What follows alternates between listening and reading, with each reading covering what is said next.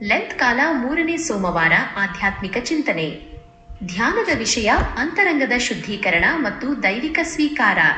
ಇಂದಿನ ಶುಭ ಸಂದೇಶದ ವಾಚನಗಳಲ್ಲಿ ಯೇಸು ಸ್ವಾಮಿ ತಮ್ಮ ಸ್ವಂತ ಊರಿನಲ್ಲಿ ಎದುರಿಸಿದ ತಿರಸ್ಕಾರದ ಬಗ್ಗೆ ನಾವು ಕೇಳುತ್ತೇವೆ.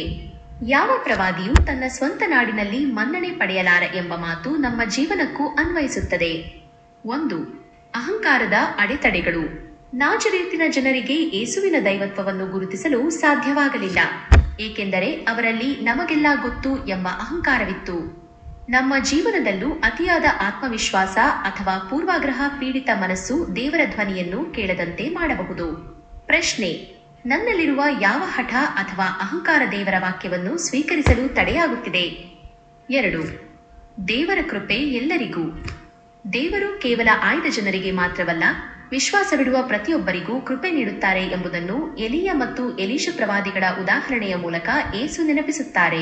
ಸಮಾಜದಿಂದ ದೂರವಿರುವವರಲ್ಲಿ ಅಥವಾ ನಮಗೆ ಇಷ್ಟವಿಲ್ಲದವರಲ್ಲಿಯೂ ದೇವರ ಕಾರ್ಯ ನಡೆಯುತ್ತಿರಬಹುದು.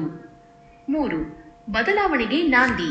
ಈ ತಪಸ್ಸು ಕಾಲದಲ್ಲಿ ನಾವು ಕೇವಲ ಬಾಹ್ಯ ಆಚರಣೆಗಳಿಗೆ ಸೀಮಿತವಾಗದೆ ಮನಸ್ಸಿನ ಪರಿವರ್ತನೆಗೆ ಒತ್ತು ನೀಡಬೇಕು. ಅನ್ಯರ ಬಗ್ಗೆ ಇರುವ ಕಹಿಯನ್ನು ತೆಗೆದುಹಾಕಿ ದೇವರ ಪ್ರೀತಿಯನ್ನು ಪ್ರತಿಬಿಂಬಿಸಬೇಕು.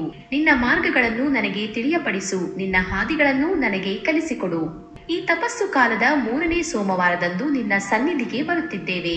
ನಮ್ಮ ಹೃದಯದಲ್ಲಿರುವ ಅಹಂಕಾರ, ಮತ್ಸರ ಮತ್ತು ಕಠಿಣತೆಯನ್ನು ಹೋಗಲಾಡಿಸು.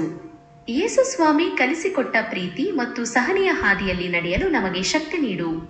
ನಮ್ಮ ದೈನಂದಿನ ಕೆಲಸಗಳಲ್ಲಿ ನಿನ್ನ ಉಪಸ್ಥಿತಿಯನ್ನು ಕಾಣುವಂತಾಗಲಿ.